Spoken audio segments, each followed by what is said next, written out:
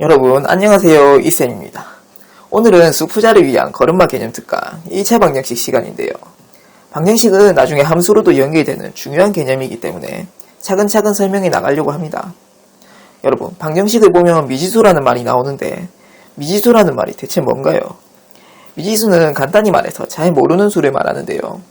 보통은 x를 미지수라고 잡고 ax는 b 같은 형태로 표현되곤 합니다. 그런데 사실 미지수가 무조건 x일 필요는 없거든요. 어떤 문제에 따라서는 x가 미지수일 때도 있고 y가 미지수일 때도 있고 a든 b든 c든 문제 내는 사람 마음대로 정해질 수 있습니다. 그럼 선생님, 미지수가 뭔지 어떻게 알 수 있나요? 그건 문제에 나옵니다. 다음 x에 관한 방정식을 푸시오. 다음 x를 구하시오. 같은 식으로요. 그런 문장들을 보면 그냥 지나칠 수 있는데 아무 의미 없이 적힌 게 아니라 이 문제의 미지수는 뭐다라고 알려주고 있는 거죠.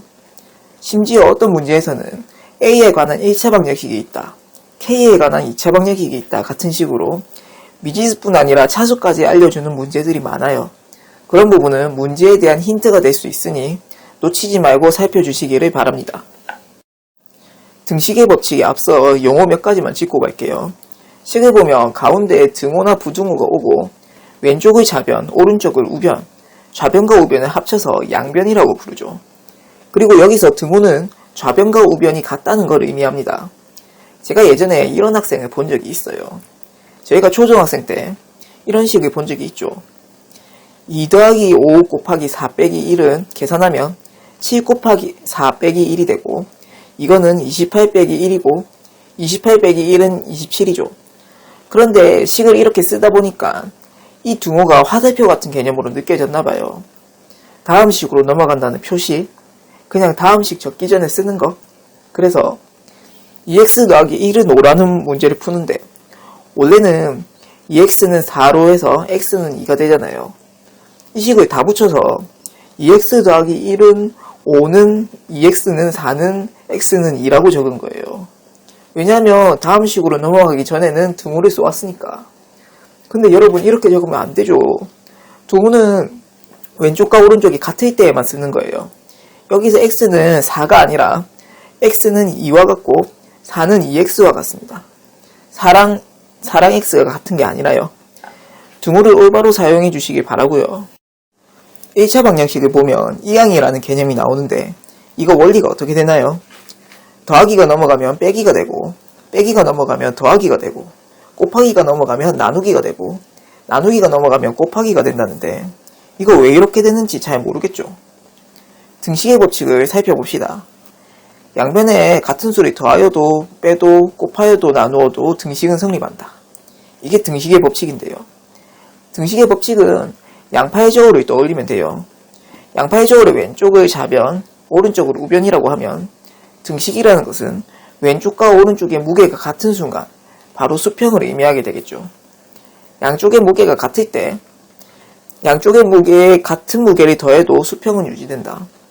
양쪽에 같은 무게를 빼도 수평은 유지된다. 양쪽에 같은 무게를 곱해도 수평은 유지된다. 양쪽에 같은 무게를 나누어도 수평은 유지된다. 이게 등식의 법칙이거든요. 너무 당연한 내용이죠. 양쪽의 무게가 애초에 같으니까 더하든 빼든 곱하든 나누든 양쪽의 무게는 같은 겁니다. 나누기 전과 나눈 후의 무게가 같다는 말이 아니라 나누기 전에 왼쪽 오른쪽이 같고 나눈 후에 왼쪽 오른쪽이 같다는 얘기입니다. 이전 식과 이후 식이 같다는 게 아니라 각각의 식에서 좌변과 우변이 같은 거라는 뜻이죠. 식으로 표현해 보겠습니다. a 빼기 1은 2의 식에서 양변에 같은 수 1을 더했더니 a는 2 더하기 1이 되고, a 더하기 3은 7의 식에서 양변에 같은 수 3을 뺐더니 a는 7 빼기 3이 되고, 2분의 1a는 6의 식에서 양변에 같은 수 2를 곱했더니 a는 6 곱하기 2가 되고, 5a는 15의 식에서 양변에 같은 수 5를 나누었더니 a는 15 나누기 5가 되는 거죠. 여기서 이 중간 과정을 생략하면 어떻게 되나요? 저희가 평소에 보던 이항이 나왔죠. 더하기가 넘어가면 빼기가 되고, 빼기가 넘어가면 더하기가 되고, 곱하기가 넘어가면 나누기가 되고, 나누기가 넘어가면 곱하기가 된다는 거. 그 원리는 이렇게 된 거였고요. 이 정도 원리는 기억해 주셨으면 합니다.